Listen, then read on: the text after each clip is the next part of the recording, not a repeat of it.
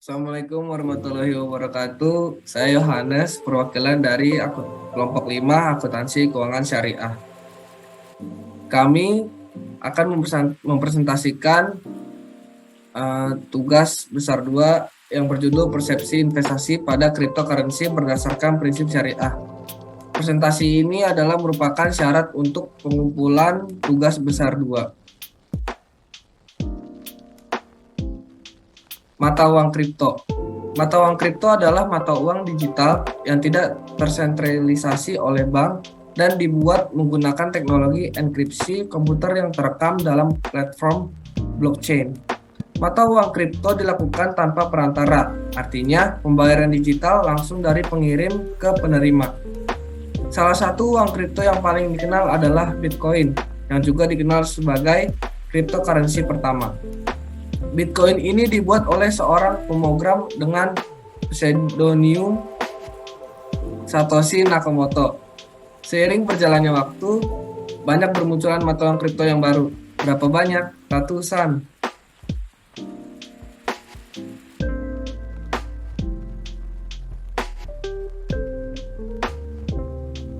Fenomena dan pro kontra cryptocurrency di Indonesia.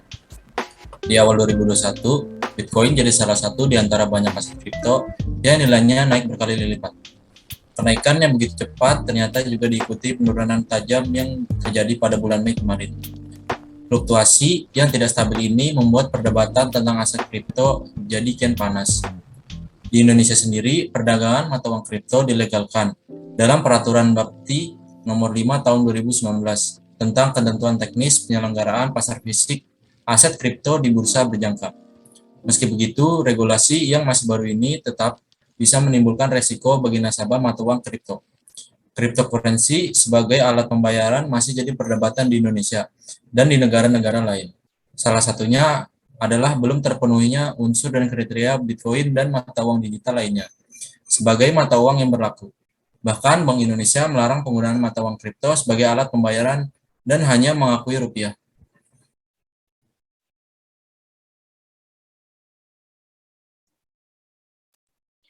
Cryptocurrency menurut DSN MUI DSN MUI. Cryptocurrency menurut DSN MUI DSN MUI belum atau tidak merilis fatwa terkait hukum fikih transaksi dengan Bitcoin. Namun bisa ditinjau dengan melihat syarat-syarat suatu benda dapat dikatakan sebagai uang. Menurut Al-Ghazali, uang tersebut dicetak dan diedarkan pemerintah. Pemerintah menyatakan bahwa uang tersebut merupakan alat pembayaran yang resmi di suatu wilayah, dan pemerintah memiliki cadangan emas dan perak sebagai tolak ukur dari uang yang beredar. Persoalan mata uang kripto ini juga mulai sering dibahas oleh ulama-ulama Islam karena tentu perspektif Islam sangat dibutuhkan melihat fenomena yang terjadi sekarang. Cryptocurrency sendiri lebih kepada formula data komputer yang memiliki format dan khusus yang hanya berada di dalam komputer atau jaringan internet, bukan mengacu kepada suatu hak yang dimiliki seorang sebagaimana yang terkandung dalam surat berharga. Selain itu, hal yang harus diperhatikan dari investasi menggunakan cryptocurrency adalah mengenai proses transaksi yang dilakukan dan bagaimana proses terjadinya keuntungan yang ditawarkan kepada investor. Dalam hukum Islam, kehalalan suatu transaksi setidaknya disebabkan oleh terhindarnya transaksi itu dari 3 hal, yaitu riba, masyir, ghahar. Ketidakjelasan yang terkandung dalam investasi cryptocurrency di atas juga dapat melanggar larangan ghahar.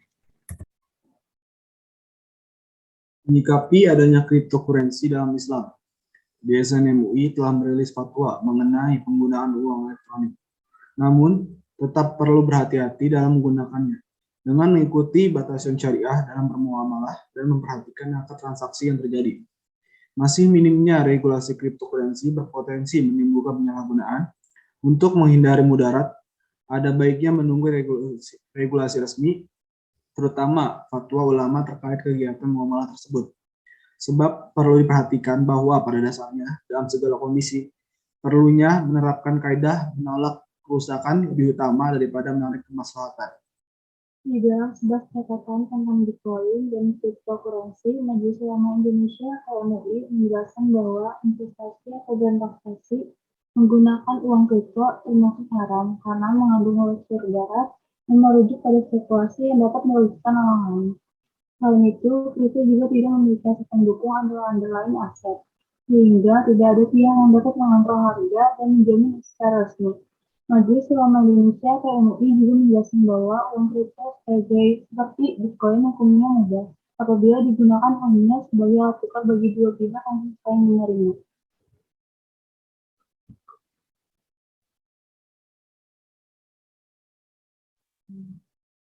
Kelebihan dan kelemahan cryptocurrency.